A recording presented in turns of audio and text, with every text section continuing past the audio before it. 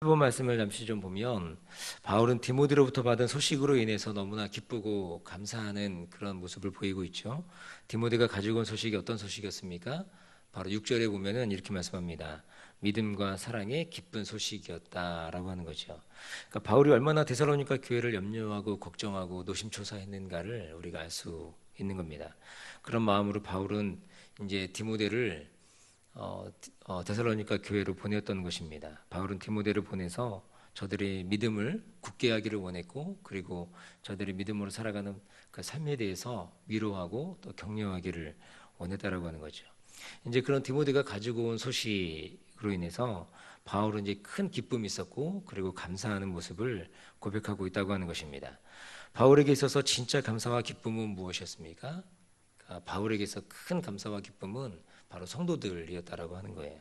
성도들. 그러니까 성도들이 그런 핍박과 어려움과 환난 가운데서도 믿음을 저버리지 않고, 그리고 끝까지 주 예수님을 따라가는 그들의 신앙의 모습, 또 삶의 고백, 그런 것들을 들을 때에 사도 바울의 마음 가운데 큰 기쁨이 있었고, 또 감사가 되었고, 또 위로가 되었다라고 하는 것입니다. 그래서 사도 바울이 사실은 여러 가지 궁핍과 혼란 가운데 본인이 있었지만, 그런 상황이 있음에도 불구하고 데살로니가 교회의 그런 교우들의 모습, 그런 기쁜 소식, 그 소식을 들을 때에 그의 마음 가운데 말할 수 없는 기쁨이 있었다라고 하는 거죠. 감사가 있었다는 거 하는 것입니다. 성도들이 아름다운 소식으로 인해 위로를 얻었다고 하는 것입니다.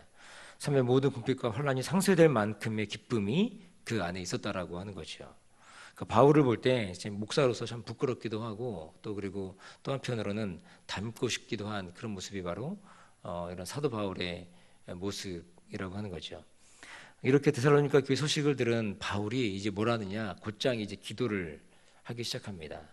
이제 바울의 기도가 오늘 본문인데, 이제 11절부터 13절까지가 바울의 기도거든요.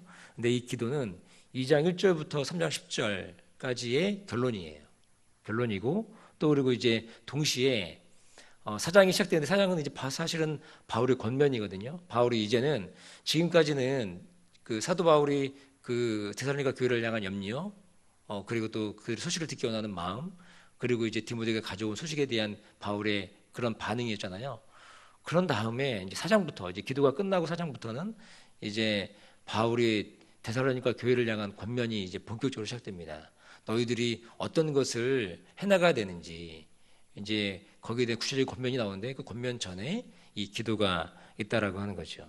그래서 바울의 기도는 크게 이제 두 가지로 볼 수 있습니다. 첫 번째는 데살로니가 교우들을 다시금 볼 수 있게 해달라고 하는 그런 기도, 그게 이제 11절에 나타나 있고, 그리고 두 번째는 이제 데살로니가 교회가 서로 사랑하는 공동체가 되기를 원한다라고 하는 거예요. 그러니까 사랑이 더욱 많아서 그것이 더 넘치도록 원하는 그런 권면의 그런 기도가 있는 거죠. 그 기도가 있고, 그리고 나서 이제 또 어떤 기도가 있습니까? 그들이 이제 13절에 보면은 그들이 이제 거룩하게 되어지는 것, 거룩을 열망하고 거룩게 되어지는 그런 삶들에 대해서 이제 사도 바울이 그 교회를 위해서 기도하고 있게 기도를 하고 있다라는 거죠. 오늘은 이 바울의 좀 기도를 살펴보고자 합니다.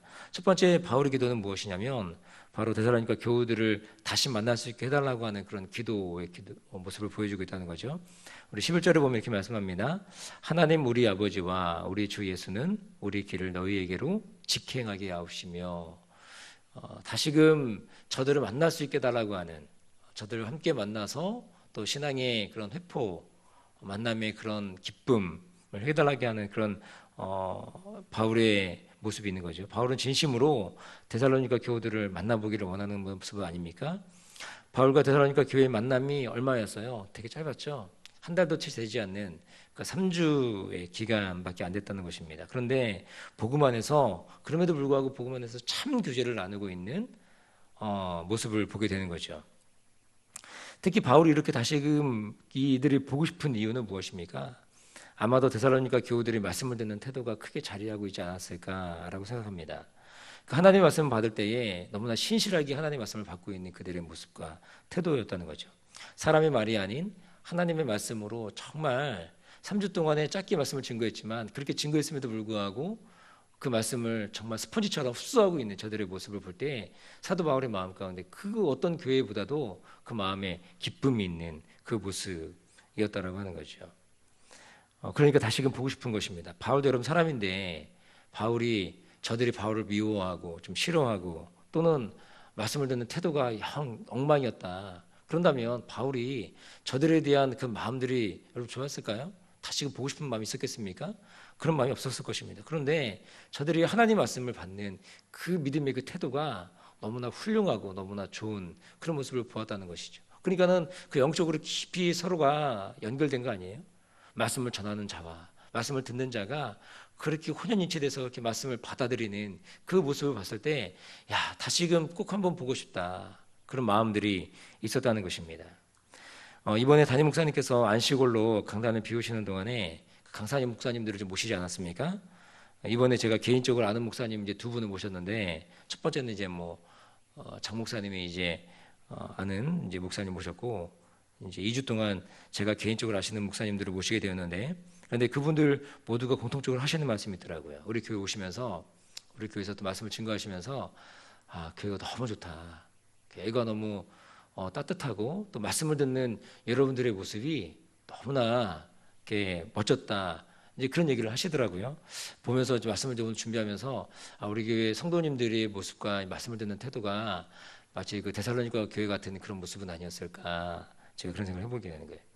그래서 이런 교회 사역하는 또 제가 또 감사하더라고요. 어쨌든 이 바울의 기도는 나중에 응답이 됩니다. 어떻게 응답이 되느냐?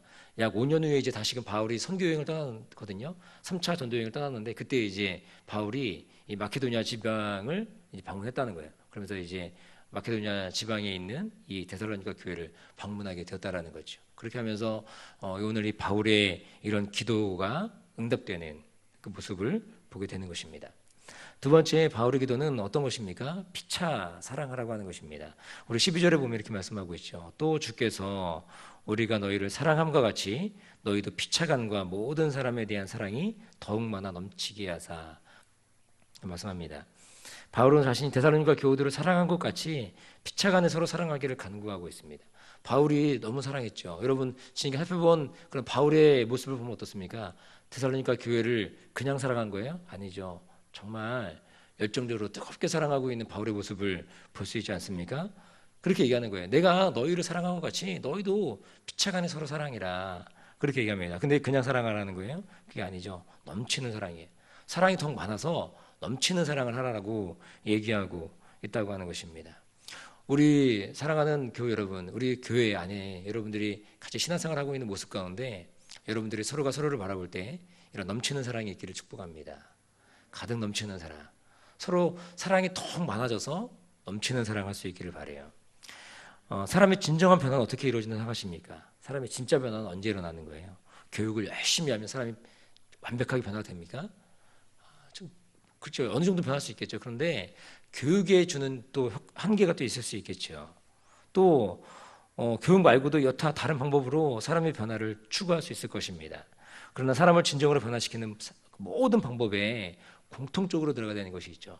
공통으로 이걸 기본 베이스로 깔고 있어야 되는 것이 있는데 그것이 바로 무엇이냐면 사랑이라고 하는 것이죠. 그러니까 사랑이 없는데 교육한다. 또 사랑이 없는데 다른 방법으로 사람들을 변화시켜 보겠다. 그게 안 된다는 것입니다. 그래서 고린도전서 13장에 보면은 사랑의 본질이 잘 나타나 있잖아요. 그렇죠? 뭐라고 합니까? 우리가 사람의 아름다운 방언을 하고 천사의 말을 우리가 아무리 한다고 해도 근데 사랑이 없으면 울리는 꽹과리 아닙니까? 그리고 또 산을 옮긴 만한 믿음이 우리 가운데 있다 할지라도 사랑이 없으면 뭐예요? 아무것도 아니라는 거예요. 그리고 또 무엇입니까? 내가 턱 넘치는 구제를 하고 그리고 내 몸을 불사르는 곳에 내어줄지라도 사랑이 없으면 뭐라고 하는 거예요? 아무것도 아니라고 하고 있다라고 하는 것입니다. 그 마더 테레사가 이런 얘기를 했답니다. 사람에게 가장 치명적인 질병은 뭐냐? 그것은 문둥병도 아니고 궤력도 아니고 그건 뭐냐? 서로 사랑하지 않는 것이다 라고 하는 거예요. 그게 바로 인간의 치명적인 그 질병이다라고 하는 것입니다. 우리 가운데 반드시 있어야 되는 것, 그것이 바로 사랑이라고 하는 거예요. 우리 주님이, 우리가 잘 아시겠지만 우리 주님 우리를 위해 십자가에 죽으시는 것은 용기가 아니었습니다. 담대함이 아니었습니다. 단지 우리가 불쌍해서도 아니죠. 예수님이 우리를 위해 죽으신 이유는 무엇입니까? 사랑해서죠. 사랑해서. 사랑하니까 용기가 생기는 거예요. 그렇죠? 사랑하니까 담대함이 생기는 겁니다. 사랑하니까 우리를 향한 긍휼이 있는 거예요. 그런 거 아니겠습니까? 그러니까 사랑으로 하지 않은 모든 것이 죄인 거죠. 그러니까 우리가 더욱 넘치는 사랑이 우리의 마음 가운데, 우리의 삶 가운데 가득 있게 되기를 주님의 이름으로 축복합니다. 제가 개인적으로 좋아하는 가요가 있거든요. 어떤 가요냐면 이번에 북한에 가서 노래를 부르고 온 조용필 씨 노래인데 제목이 그 바람의 노래라고 하는 곡입니다. 근데 이 가사 중에 너무 좋은 대목이 있더라고요. 제가 이 노래를 너무 좋아합니다. 바람의 노래. 근데 이 바람의 노래를 소양 씨가 CCM 가수 아니에요? 근데 이분이 리메이크를 했는데 예전에 그 드라마 중에 고백부부인가? 여러분 드라마 잘 안 보시죠? 고백부부라고 하는 그 드라마에 이게 OST로 삽입이 되더라고요. 근데 너무 드라마 보면서 이 음악을 들으면 진짜 막 눈물이 나더라고요. 네, 가사 중에 이런 대목이 있습니다. 나의 작은 지혜로는 알 수가 없네. 내가 아는 건 살아가는 방법뿐이야. 보다 많은 실패와 고뇌의 시간이 비켜갈 수 없다는 걸 우린 깨달았네. 이제 그 해답이 사랑이라면 나는 이 세상 모든 것들을 사랑하겠네. 그렇게 얘기하는 그런 노래거든요. 근데 이 노래가 좀 이제 가사가 반복되는데 가사가 너무 좋은 거예요. 이 작곡가와 이 작사가가 뭐 기독교인인지 잘 모르겠어요. 그런데 이 노래를 들을 때마다 뭔가 이런 종교적, 그러니까 특히 이게 기독교적 이런 가사의 색채가 좀 잘 드러나는 것이 아닌가 그런 생각을 해보거든요. 예. 이런 가사의 그런 고백들이 그런 모습을 담고 있다고 생각합니다.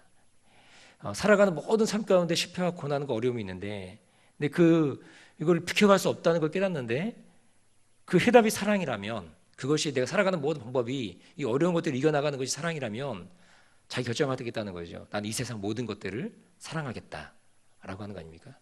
우리 가운데도 이런 좀 결단이 좀 있기를 바랍니다. 그러니까 의지적 결단인 거예요. 그러니까 사랑은 뭐예요? 사랑은 결단하는 거죠. 그죠? 그래서 우리가 이런 사랑이 우리 공동체 안에도 일어나기를 축복합니다. 세 번째 기도는 무엇이냐면 저들의 성화되는 삶입니다. 저들의 성화되는 삶을 위하여 기도하고 있는데 13절에 보면 이렇게 말씀하고 있죠.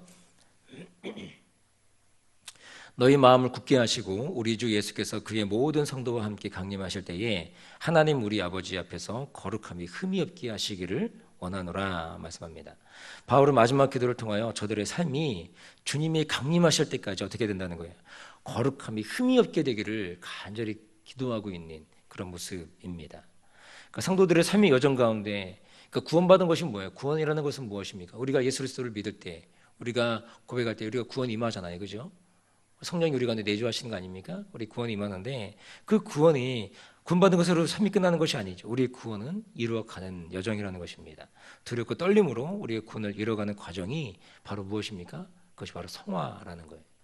여기서 사도 바울이 얘기하는 것이 무엇입니까? 너희 마음을 굳게 하고 우리 주께서 그의 모든 성도와 함께 강림하실 때에 우리 지금 다시 오실 때에 하나님 우리 아버지 앞에서 너희들의 삶이 거룩함이 흠이 없는 삶이 되기를 원한다. 이렇게 사도 바울이 저들의 그 남은 그 삶, 지금까지 핍박과 환난과 고난과 어려움 가운데서 지금 잘 지켜온 그 믿음이 그 마지막까지 주 예수님이 다시 강림하실 그때까지 좀 잘 간직하고 있길 원한다라고 하는 그런 기도를 드리고 있다라고 하는 거죠. 두렵고 떨림으로 구원을 이루어가는 과정, 이 성화의 과정을 잘 지켜가라라고 하는 것입니다. 데살로니가 교회는 많은 어려움과 핍박이 있는 교회 아니었습니까? 그런 어려움들로 인해서 신앙을 버리지 않기를 더 간절히 기도하고 있는 모습이라는 것입니다. 오늘 바울의 기도를 들으면서 저 여러분들의 기도를 생각해 보십시다. 오늘 바울이 드리는 기도가 우리 공동체에도 좀 울려 퍼지기를 원합니다. 우리 서로가 서로를 기도할 때 이렇게 공동체를 위해서 기도하는 모습, 서로가 서로를 그리워하는 공동체, 그렇죠? 여러분 어떠세요? 여러분 이렇게 주일에 한 주 딱 지나고 나면 또 막 보고 싶지 않으세요? 저만 그런가요? 우리가 한 주 이렇게 주일날 우리 뭐 새벽에도 보시고 여러분들은 서울에서 이제 새벽에 사실 서울에 얼굴 잘 안 보잖아요. 다 쌩얼이고 이제 막 그렇죠. 부담스러운 얼굴들이기 때문에 잘 안 보잖아요. 헤어지고 나면 또 보고 싶은 막 그리운 공동체, 그런 공동체가 되기를 원합니다. 제가 청년 때 막 그랬거든요. 주일을 이렇게 빨리 가는지, 그리고 막 교회 또 가고 싶고 막. 근데 제가 좋아하는 자매가 있었거든요, 그 교회. 막 보고 싶은 거죠. 서로가 그리워하는 공동체. 그리고 주님 오실 그날까지 신앙 안에서 헛된 것을 버리고 진리 안에서 서로가 뜨겁게 사랑하는 그런 공동체가 되기를 원합니다. 서로 사랑하는 공동체, 그리고 진리 안에 굳게 서며 거룩함을 열망해가는, 그리고 거룩함을 버리지 않는, 끝까지 우리가 거룩함을 위하여 살아가는 그런 멋진 우리 사랑교회 저 여러분 모두가 되시기를 주님의 이름으로 축복합니다. 기도하겠습니다. 좋으신 아버지 하나님, 사랑과 은혜를 감사합니다. 우리의 삶에 살아가는 여정 가운데 하나님 우리와 늘 동행하여 주시고, 오늘 사도 바울이 데살로니가 교회를 위하여 기도하며 간구했던 것처럼 하나님 우리가 서로를 그리워하고 또 서로를 사랑하고 또 서로의 신앙의 삶의 여정 가운데 거룩함을 지켜갈 수 있는, 서로가 권면하고 또 서로가 서로를 지켜줄 수 있는, 서로가 서로에게 깊이 있게 위탁되고 연결되는 그런 공동체가 되기를 원하오니 하나님 우리 교회를 그렇게 인도하여 주시옵소서. 날마다 주의 사랑 가운데 든든히 세워져가는 우리 사랑교회가 되도록 하나님 축복하여 주옵소서. 예수님 이름으로 기도하옵나이다. 아멘. 우리 찬송가 500장 찬양하시겠습니다. 찬송가 500장입니다.